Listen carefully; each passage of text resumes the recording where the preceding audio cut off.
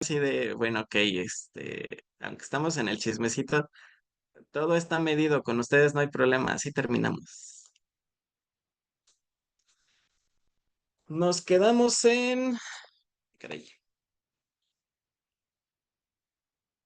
que dice que ya no quiere compartir.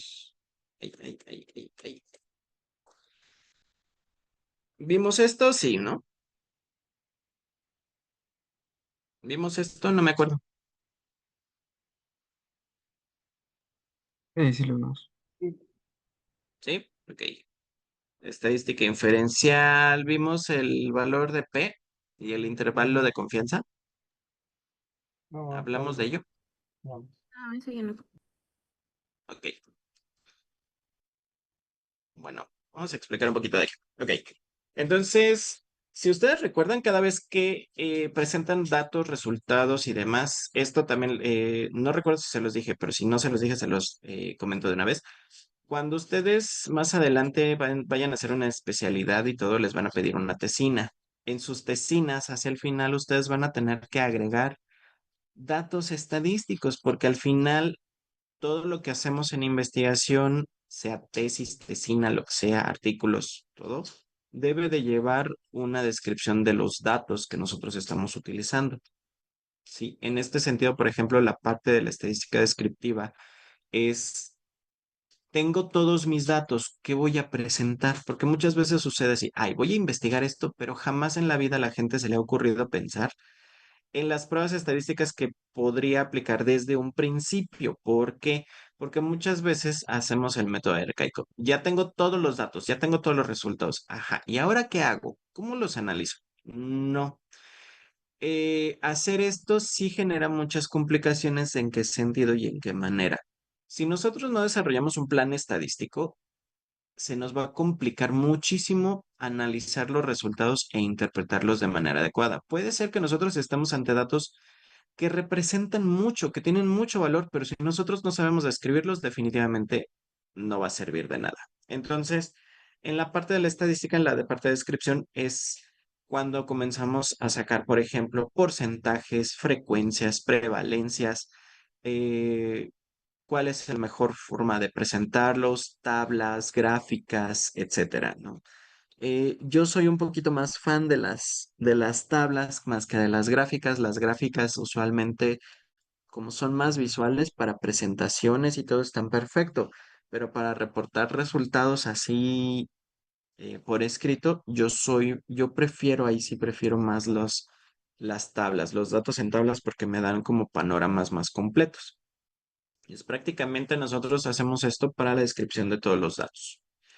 En la parte de la estadística inferencial, ¿qué es lo que sucede? En la parte de estadística inferencial, lo que nosotros vamos a utilizar aquí son métodos estadísticos que nos van a permitir, ay, permítanme tantito.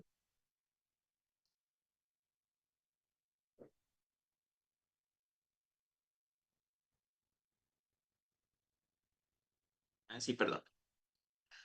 Vamos a analizar los datos estadísticos que me van a permitir interpretar de mejor manera lo que estoy haciendo. ¿De qué va esto? Cuando ustedes proponen su pregunta de investigación, lo hacen con una, ¿cómo se dice? Con una teoría de base, es decir, de todo lo que leen, generan ustedes una hipótesis. Entonces, de esta hipótesis, lo que vamos a hacer es que eh, yo necesito comprobarla. Sí, es decir, esta hipótesis no nada más es una hipótesis redactada. Si el paciente consume esto, entonces va a tener mejora. Ok, ¿cómo vamos a demostrar esos cambios? ¿Cómo vamos a demostrar esas mejoras?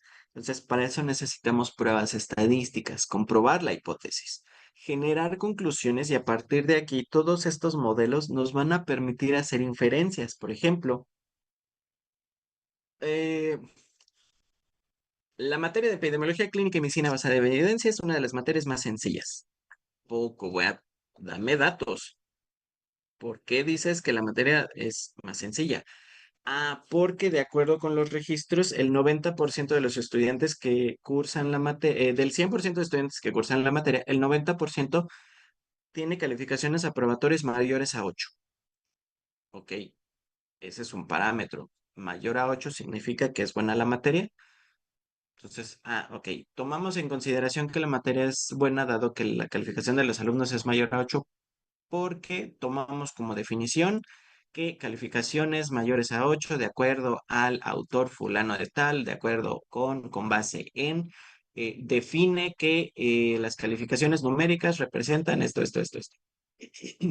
Sí, entonces si se dan cuenta ahí, ¿qué estoy haciendo? Estoy haciendo una justificación con base a lo que existe y estoy apoyándome en los datos. Por eso la parte de la metodología que es importante. Yo defino las variables. Necesito tener qué variable voy a considerar, hacer su definición, la definición operacional, cómo lo voy a tratar y demás. Y esto me va a permitir diseñar las pruebas estadísticas sin mayor problema. ¿Sí? Entonces, esto me va a permitir hacer inferencias para hacer la toma de decisiones. Por ejemplo, ¿cómo esto lo vemos aplicado? Todo lo que ustedes han hecho hasta ahorita, aprendido, no en la materia, sino lo que han aprendido hasta ahorita en el hospital, han, esos datos les han permitido hacer inferencias. ¿Sí? Por ejemplo, si son observadores, se van a dar cuenta que de repente ha habido muchos casos como de influenza o casos como de gripe, o cuadros similares, ¿no?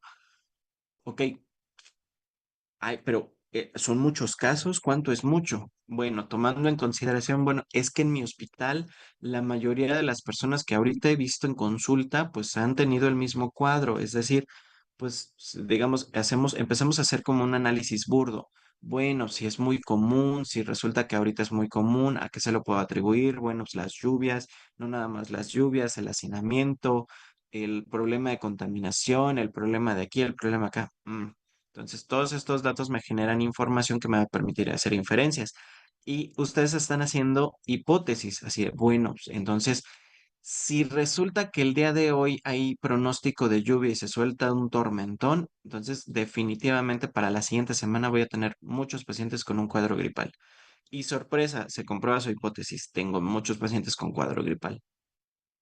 Ahora, ok, ustedes sacan sus conclusiones. En conclusión, cada vez que llueve, una semana después, voy a tener muchos pacientes de esto. Sí, entonces van haciendo inferencias. Entonces, ya está intuitivamente dicen, ok, ya empezamos la temporada de lluvia. Entonces, seguramente en un mes, la mayoría de los pacientes que yo esté viendo van a tener el mismo cuadro. Entonces, empiezo a surtir de medicamentos de este tipo. Entonces, empiezo a hacer esto, empiezo a comprar mis cubrebocas y empezar a atender a los pacientes con cubrebocas por esto. ¿Sí? Si se dan cuenta a qué se refiere la parte de estadística inferencial, nosotros lo hacemos ya con datos, algo que de manera natural ustedes ya lo empezaron a hacer, nosotros lo hacemos conforme vamos haciendo las observaciones y demás, ¿sí? Ahora, en esta parte de la inferencia estadística propiamente, es que a partir de los datos que nosotros estamos desarrollando, obteniendo, vamos a tener todas estas conclusiones, ¿sí? Vamos a poder aplicar estos datos ¿cómo se dice? Al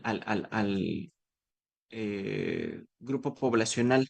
Ayer incluso estaba hablando con un exalumno de licenciatura y él mencionaba que él se va a centrar en estudiar la resistencia antimicrobiana en un centro hospitalario, pero él decía que el modelo de identificación que quiere hacer, que quiere implementar, es un modelo que le interesa que pueda ser aplicado en cualquier centro hospitalario, que no necesita tecnología de punta, que no necesita lo último en innovación, no, que él lo que va a hacer es desarrollar una metodología simple, pero con base molecular.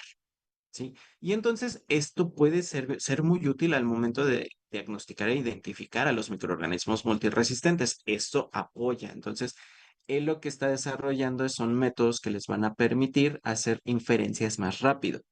¿Sí? Entonces, al final, ¿de qué va a depender que nosotros consideremos lo que estamos haciendo como un referente para generar inferencias? Primero, las muestras, el grupo poblacional sobre el cual nos vamos a centrar, la muestra que va a surgir de ahí debe ser representativa de ese grupo poblacional. ¿Sí? Debo de estar seguro que toda esa población la voy a seleccionar de manera aleatoria. no voy a, ¿cómo decirlo? Como es elección aleatoria, no voy a elegir, este sí lo elijo porque este se ve enfermo, no, mejor elijo este porque este se ve sano, no, mejor elijo este porque me agrada más, no. Se hace una selección aleatoria y entonces a partir de aquí yo voy a poder tener la probabilidad de tener datos representativos. Entonces aquí tomo en consideración que toda la población, gran parte de la población, permítanme un momento.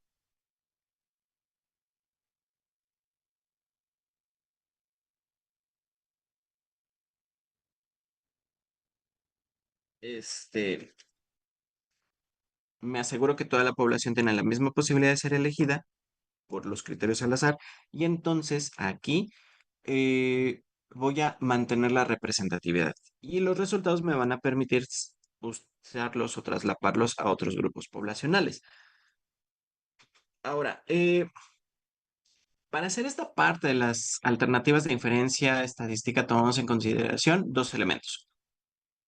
El valor de P, que si recuerdan en estadística muchas veces se busca valor de P menor a 0.05. Ahorita les voy a explicar de dónde viene. Y el intervalo de confianza. Sí, el intervalo de confianza del 95%. ¿Qué quiere decir esto?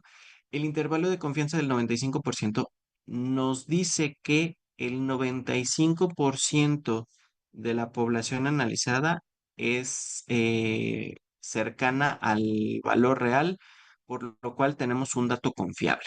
¿Sí? Nos dice qué tanto podemos confiar en nuestro resultado dado que estos datos representan los valores del 95% de la población. Y el 0.5% pues queda debido a errores al azar o son lo que nos podemos permitir de tener en ausencia, ¿sí? Si nosotros tomamos que todo es el 100%, que podremos decir, bueno, pues entonces, ¿por qué no mejor implementar modelos que nos digan el 100% del intervalo de confianza? Porque realmente, como hacemos ensayos probabilísticos, la selección es al azar y toda la parte de probabilidades aquí. Esto es literalmente como la probabilidad de que tu gato te mate. Sí saben cuál es la probabilidad de que tu gato te mate, ¿no? A ver, esos que tienen gatos. ¿Cuál es la Baja, probabilidad de que pero sus nunca gatos los cero. maten? ¿Cuánto? Baja, pero nunca cero. Exacto. Sí, nunca es igual a cero. Siempre hay una pequeña probabilidad. ¿Sí? Entonces, no podemos tener nosotros datos perfectos, porque eso quiere decir que entonces nosotros estamos en un error. ¿Sí? Entonces, es esta parte. Y las pruebas de hipótesis que son para determinar la hipótesis nula y la hipótesis alterna. Este dato de las hipótesis ustedes lo van a tener que tomar en cuenta para sus preguntas. ¿Por qué? Porque ustedes están metiendo análisis de comparación en el sentido de que tienen comparadores. ¿Sí? Tienen un dato que es eh, mencionan, tienen un grupo control y un grupo que va a ser analizado. Entonces, aquí la hipótesis nula es que no hay cambios y la hipótesis alternativa o alterna, perdón, es que sí van a encontrar variaciones. Así literalmente, se la comieron los gatos. O sea, vean, ahí incluso ahí, ese capítulo particular de Malcolm es un ejemplo de las probabilidades de que nunca son iguales a cero.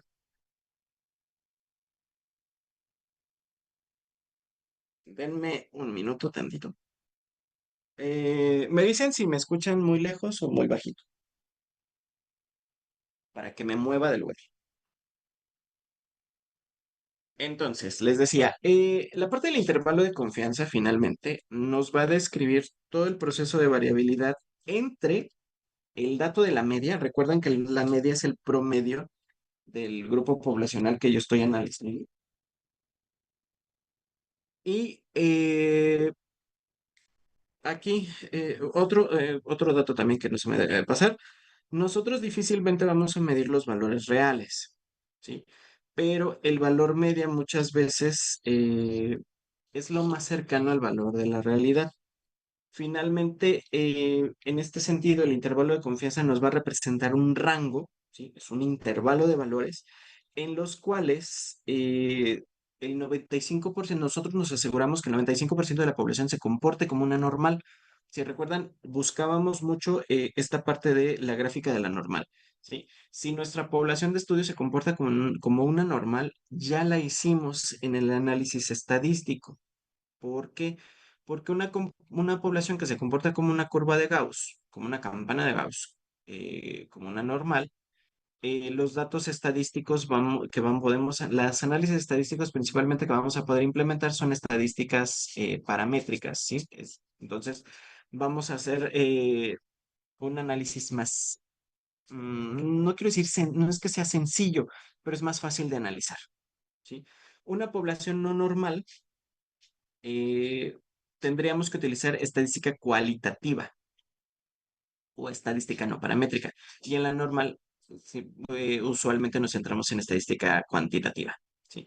Entonces, finalmente aquí, a partir de aquí tenemos los valores que nos van a definir ese intervalo, dependiendo de lo que yo considere, del análisis estadístico que me arroje. Entonces, voy a poder determinar si se comportan como una normal o una no normal.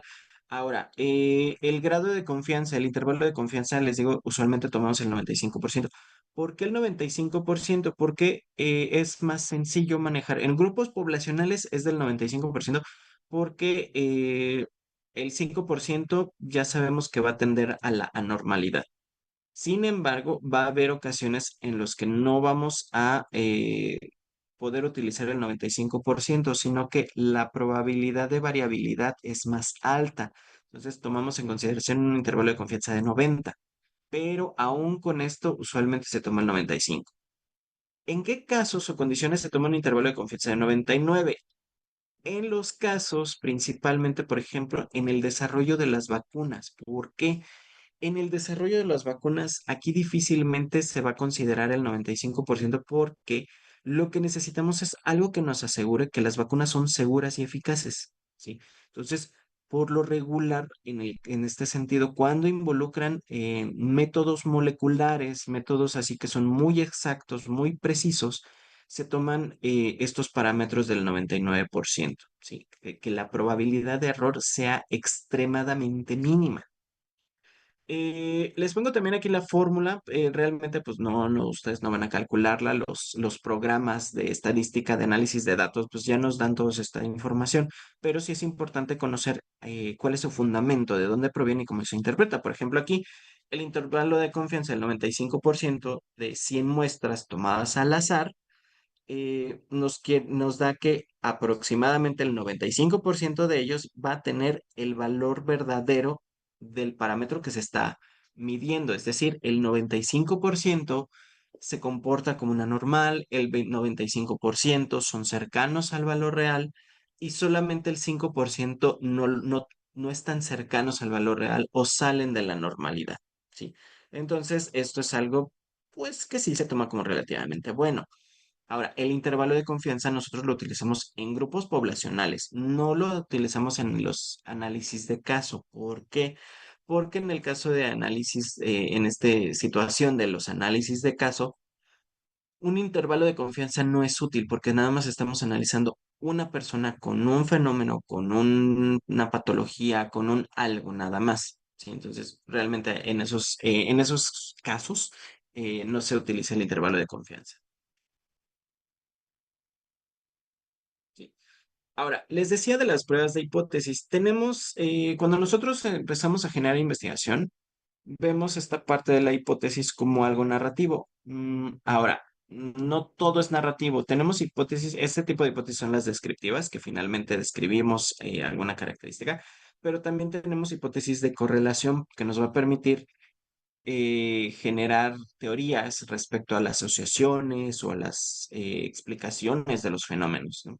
Lo que les decía hace un momento. Si llueve, entonces voy a tener más pacientes con estos cuadros. ¿Sí? Pueden ser diferenciales que nos dice que sí, si nosotros implementamos una intervención, sí va a cambiar el resultado. Y Su contraparte es que aunque nosotros metamos una intervención, el resultado no va a variar. Quiere decir que no importa si yo o método u otro, simplemente no va a generar un cambio. O también las que nos dan, generamos para determinar las causalidades. ¿Sí? Entonces, así en este caso, las de causalidad principalmente van a tener predilección por cierto tipo de estudio, que son las cortes. Recuerden que en las cortes la parte de causalidad es más fuerte. ¿Sí? Entonces, en el caso de la hipótesis estadística, finalmente nosotros consideramos los parámetros de las poblaciones que estamos analizando y la debemos comprobar sí o sí a través de pruebas estadísticas. En este sentido, nosotros desarrollamos dos tipos de hipótesis. Una hipótesis nula, que nos dice que es todo igual, ¿sí? Es decir, voy a someter a investigación ¿cómo se llama? Una intervención, ¿sí? Un método diagnóstico. Resulta que el método diagnóstico propuesto le pongo como método diagnóstico número 2 y como estándar de oro de esas pruebas, el método diagnóstico uno. Ah, ok. ¿Cómo podría yo hacer mi hipótesis estadística en ese sentido? En este sentido, la hipótesis nula sería el método diagnóstico uno y el método diagnóstico 2 no tienen diferencia. ¿Sí? Son iguales. No me generan ni el uno que implica grandes gastos, no es diferente del método 2 que es más barato. Mi hipótesis alterna. Ah, no. El método de diagnóstico número 2 es más económico, es mejor, tiene los resultados en menor tiempo que el método uno. ¿Sí? Entonces aquí, dependiendo de lo que yo voy a estar midiendo, voy a considerar las variables. Entonces, la hipótesis nula siempre nos habla que hay igualdades y la hipótesis alterna siempre nos habla que hay diferencias, que un método es mejor o simplemente un método es distinto que el otro. Ya dependiendo de lo que nosotros tengamos en contexto, pues va a adquirir significado. Ahora, la hipótesis nula siempre va a existir. Esa nosotros nunca la vamos a proponer. Al contrario, lo que nosotros hacemos es proponer hipótesis alternas. Lo que nosotros hacemos es proponer estos elementos que van a generar cambios, que van a generar diferencias.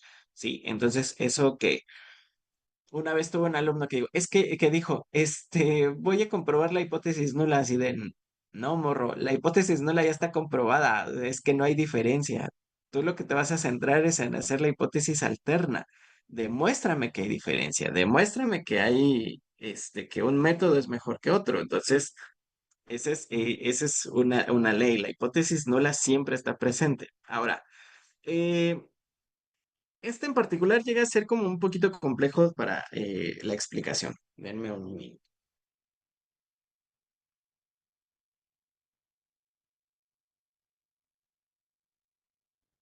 Es que de esto si no hay café de por medio, no sale la inspiración. Me dicen si no me escuchan ahí. Sí, Eh, lo escuchamos. seguramente en sus clases de estadística, sí han llevado estadística, ¿verdad? No, Sí, ¿No han llevado estadística? Bueno, ok. Aquí en la carrera creo que no les enseñan estadística, pero sí llegan a abordar un poco de estadística en alguna materia. Quiero yo pensar. bueno, yo en el CCH sí llevé estadística, pero en la facultad como no tanto. Sí nos dieron una pequeña introducción, pero en lo que fue informática biomédica, nada más. Esa, sí, creo que ahí es donde les dan un poquito. A ver. Ok, bueno. Para lo que necesitamos saber en este sentido, eh, si ustedes bueno, no creo, ustedes han analizado artículos, ¿sí? Entonces, en estos artículos resulta que ponen, los datos la diferencia son significativos dado que tenemos un valor de P menor a 0,05. Además de eso, encontramos diferencias entre esto, ¿sí? Ahora, un dato aquí peculiar. El artículo podrá decir misa y todo lo que quiera, así. el artículo podrá decir, encontramos diferencias significativas. No, dame el dato numérico. ¿Sí? ¿Por qué? Porque en ocasiones podemos encontrar diferencias. Claro que encontramos diferencias, pero estas diferencias llegan a no ser significativas. Es decir, que no significa, no tienen un valor real.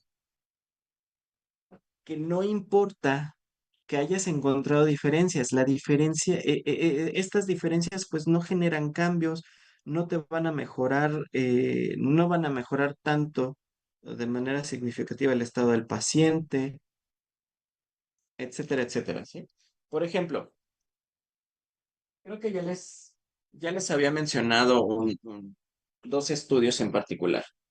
Eh, y son como estudios que fueron muy mediáticos. Hace algunos años salió el artículo, empezaron a decir por todo el mundo, los periodistas, encontraron la cura contra el VIH en Alemania, ¿sí? Y todo el mundo contento de, sí, ya hay cura para el VIH y no sé qué, y qué emoción, qué bonito, y bla, bla, bla, ¿no? Luego, de repente ya no siguieron diciendo nada, le digo, sí, pero si hay gente que ya curó el VIH, ¿por qué no les dan el Nobel de Salud? Pues es un virus que está hace muchos años en circulación. Bueno, yo todo curioso y metiche me fui a buscar el artículo y algo muy bueno que hicieron estos investigadores, en su metodología ellos ponen eh, que realizaron un trasplante de médula ósea a 5 pacientes con diagnóstico de VIH positivo. De estos 5 pacientes, era enfocado a leucemia. Ajá, eran 5 pacientes que tenían el diagnóstico de leucemia, realizaron un trasplante de médula ósea y ahí es donde se dieron cuenta. Específicamente fueron pacientes con VIH, porque los pacientes con VIH que tienen leucemia luego es muy difícil desarrollar tratamientos. En algún punto de la historia humana, eso no fue ético. Hacer operaciones en pacientes con VIH nunca fue ético. Increíble. Entonces, ellos lo que reportaban eran que eran pacientes con leucemia, les hicieron el trasplante de médula ósea y encontraron que cuando hicieron el recuento de la carga viral, porque debían de hacerlo posterior a la cirugía, resulta que los pacientes tenían una carga viral cercana a la parte indetectable. Sí, eran indetectables. Yo sé que aquí no sé si tenga algún alumno que sea como muy delicado en este tema. Porque aquí aplico lo mismo de las probabilidades de que tu gato te mate, ¿no? Muchos dicen, es que los pacientes son VIH positivos, que consumen PrEP, que se cuidan o que toman su fármaco y se cuidan y todos siguen al pie de la letra y bla, bla, bla. Son indetectables e indetectable es que no lo transmite. Sí, pues, hace unos años me costó esa conversación. Hice enojar a 2 personas mucho, mucho que ahora me odian. Literalmente esa fue mi primer funa en ese sentido. Les estoy hablando como por ahí del 2018. No sé cómo salió el tema en esa ocasión. La cosa es que yo les dije, le digo, pero es que no importa si te cuidas demasiado o no. La probabilidad de transmitir el virus nunca es igual a cero. ¿Es muy baja? Sí, pero nunca es igual a cero. Uy, no, me tacharon de un montón de cosas. Y dije, a ver, mentiras no estoy diciendo. Le digo, es exactamente igual como la probabilidad de que tu gato te mate. Le digo, eso nunca va a ser igual a cero. Le digo, pero la probabilidad de que alguien te lo va a adornar más bonito, la probabilidad de que una persona que tenga apego al tratamiento es muy alta. Entonces, la probabilidad de que alguien con apego al tratamiento un excelente método de control transmita el virus es de 0.00000000001. Digo, así es, nunca es igual a cero, pero la probabilidad de que contagie el virus es ínfima, es mínima, pequeñita. Le digo, pero no dudo que pueda existir un caso. Le digo, puede ser un caso entre 1 millón. Y aún así, hay un caso en 1 millón. Le digo, puede ser. O puede haber un caso entre 10 millones, pero nunca es cero. Le digo, a eso me refiero. Creo que esa fue la forma más entendible que yo pude encontrar para transmitirle esta parte. Claro que después dijo, no, es que tú eres un... ¿Cómo me dijo? Ya ni me acuerdo, pero combinó una serie de palabras para, describirme yo. No, lo que soy es alguien apegado a la realidad. Pero bueno, sí. Entonces, ¿a qué voy con esto y qué tiene que ver en este sentido? Cuando nosotros tomamos en consideración un valor de P menor a 0.05, estamos hablando de este valor aquí, ¿sí? El nivel de significancia del estadístico de prueba, conocido como alfa. ¿Qué quiere decir esto? Eh, Este valor de 0.05 no se los voy a describir tal cual viene en la diapositiva, se los voy a tratar de hacer más simple. El valor de 0.05 es la probabilidad que nosotros tenemos de aceptar la hipótesis nula o rechazarla. ¿Sí? ¿De qué va esto? Si yo tengo una P menor a 0.05, quiere decir que la hipótesis nula la tengo que rechazar. ¿Por qué? Porque tengo 95% de datos que están cercanos al valor real, que es mi diferencia. ¿Sí? Entonces, datos menores a 0.05 quiere decir que mi probabilidad de cometer error es menor, es muy poca. ¿Sí? Por eso acepto mi hipótesis alterna y rechazo mi hipótesis nula. ¿Sí? Entonces, con valores de P menores a 0.05 quiere decir que sí hay diferencias, que acepto mi hipótesis alterna. ¿Sí? Entonces, por eso aquí, por ejemplo, tenemos dos tipos de gráficos. Este gráfico es el nivel de significancia de alfa, que es si nuestros valores caen en estos puntos, quiere decir que voy a aceptar la hipótesis nula. Nosotros esperamos que el 0.05 quede aquí, que nuestros valores queden aquí para rechazar hipótesis nula. Ahí, ¿sí? Acá, por ejemplo, esta es otra forma de ejemplificar también. ¿Sí? ¿De qué va? Nosotros obtenemos un valor. ¿Sí? Entonces, este valor lo vamos a comparar con los datos de distribución, ¿sí? Para ver dónde cae la parte de nuestros datos. El intervalo de confianza nos va a representar esta parte, ¿sí? Si la hipótesis nula es verdadera o no. ¿Por qué?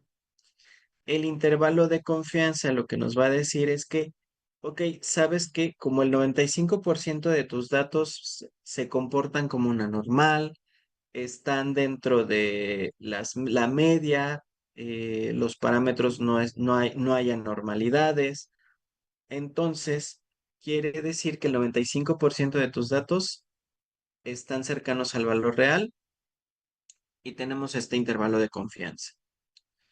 Consecuencia, tu valor de P va a ser menor a 0.05%, porque la probabilidad de habernos equivocado es menor a 0.05. Menor a 0.05, porque dije 5, menor a 5, por 0.05%. Menor a 0.05. En consecuencia, si tienes valores de P menores a 0.05, están correctos tus datos, son significativos a nivel poblacional. Ahora, ¿de qué va esto con lo que les comentaba con lo de VIH? Resulta que ellos hicieron estos análisis y estos datos en 5 pacientes. ¿Qué quiere decir esto? 5 pacientes no son representativos de toda la población. ¿Sí? Por eso cuando los medios de comunicación dijeron encontraron la cura del VIH y encontraron, el artículo original decía, nuestros datos carecen de significancia estadística, puesto que nada más utilizamos 5 pacientes. Sin embargo, cuentan con un alto grado de significancia biológica. Esto es importante, ¿sí? La significancia biológica quiere decir que estamos ante un dato que sí nos está arrojando cambios, ¿sí? Que mi intervención sí estoy viendo diferencias biológicamente, pero yo necesitaría aumentar el número de individuos que voy a analizar. Por eso se pone mucho en entredicho. En el área médica se justifican mucho con muestreo a conveniencia. Cuando un artículo dice muestreo a conveniencia, ¿qué quiere decir esto? Que realmente, una, su metodología no está bien cimentada. Otra, su proyección era a, no sé, 50 pacientes y al final perdieron muchos pacientes en el seguimiento, lo cual hace que pierda fuerza su análisis. Por eso se escudan en análisis a conveniencia. En el momento que yo quiero, en el momento que yo decido, detengo la captación de pacientes. Y si me quedé con 10, me quedo con 10. ¿Sí? Entonces, aquí lo que buscamos usualmente es que realicemos los análisis poblacionales para generar que este análisis que yo estoy haciendo y desarrollando lo pueda trasladar a otros grupos poblacionales, es decir, pueda tener una significancia estadística, sea representativo de un grupo poblacional, sea representativo de mucha gente, ¿sí? Entonces, por eso tomo en consideración esto, la hipótesis nula y la hipótesis alterna y el valor de P. Valores de P menores a 0.05 quiere decir que mi hipótesis, que es mi hipótesis alterna, es verdadera. La probabilidad de haber cometido un error en este sentido es menor a 0.05. ¿Sí? Ahora, eh, podemos nosotros tomar en consideración muchas variables, ¿sí? En ocasiones, por ejemplo, para sus proyectos, que luego les digo, ok, pues, que van a tomar en consideración peso, talla, altura, comorbilidad, ingesta de algún fármaco, lo que sea, que tengan esto, que tengan aquello, ok, lo puedes incluir, pero para tu análisis final no vas a incluir todas las variables. ¿Cómo voy a poder hacer esta discriminación de variables? Quiero establecer una asociación. Quiero establecer una asociación entre consumo de este tipo de alimentos, entre el consumo de estos fármacos, de estos edulcorantes, de esto, aquello, lo otro, correlacionado con la parte de que los pacientes van a desarrollar diabetes, van a desarrollar enfermedades autoinmunes. Ok, ¿lo podemos hacer? Sí, sí, lo podemos hacer. Pero resulta que para establecer asociación necesito la potencia estadística, es decir, qué tanto esta variable que yo elegí me va a explicar el desarrollo de esta enfermedad. Entonces, yo aplico una prueba estadística para determinar la potencia estadística, es decir, el grado de lo que me va a explicar. Y la estadística, en este sentido, tomamos en consideración mayor o igual del 80%. Es decir, si la variable me resulta con 80, quiere decir que en un 80% la enfermedad va a estar explicada por esta variable, ¿sí? Entonces, y tengo que hacer un análisis variable por variable. Ojo, este análisis ustedes no lo van a hacer, no les voy a decir, ay, si van a sumar, restar, dividir, multiplicar. No, los paquetes estadísticos ya nos dan estos datos, ¿sí? Yo nada más necesito introducir las variables, el número de pacientes que tienen estas variables, mi variable independiente, mi variable dependiente, los datos que hay y el paquete estadístico me va a dar la potencia estadística, ¿sí? Entonces, ¿cuál va a ser mi papel ahí? Ya metí los datos, ya me generó una tabla, entonces a partir de ahí yo voy a elegir esta variable tiene el 80%, la voy a considerar para mi siguiente análisis. Esta sí, esta sí, esta no, esta no, esta sí, esta no, esta sí, esta no. Entonces, todas las que tienen más de 80 o igual de 80% son las que voy a considerar para el análisis final, porque son las variables que me van a poder explicar mejor el por qué el paciente está desarrollando la enfermedad. Entonces, para esto necesito yo el grado de potencia estadística. Ahora, el intervalo de confianza es que esta variable sí me va a explicar la diferencia porque tengo un intervalo de confianza del 95%. Sí, entonces, van en esa dirección la parte estadística de la hipótesis nula y la hipótesis alterna. Yo espero no haberlos revuelto tanto porque finalmente sí entiendo que hacer este análisis, yo sé que hacer este análisis a las 8 de la mañana no es sencillo. Sí, yo sé que por ahí más de uno ya debe haber pegado la cara, la cabeza en la almohada y se ha de haber quedado dormido. O al menos si están en la silla, hayan de haber dado como 3 cabezazos mínimo. Sí. ¿Siguen vivos? No, aquí andamos al tiro. No, yo sí Estamos. estaba. Bueno, en general contestan casi siempre los mismos. Los otros seguramente han de estar haciendo caras o gestos y mímicas, pero como tienen la cámara apagada, pues no los veo. No, Doc, aquí Confiaré. andamos. Ustedes de las que siempre contestan, ¿qué le hacen? Ah, bueno, me callo. O sea, sí los identifico. Cristian, Noel, Haddad, Yael, Maite, son los que casi siempre hablan. Santiago también. A los demás los hago hablar.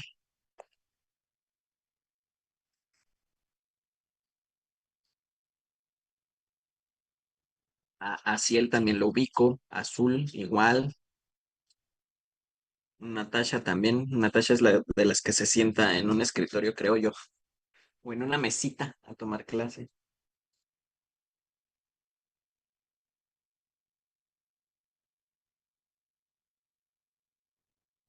Pero bueno, ok.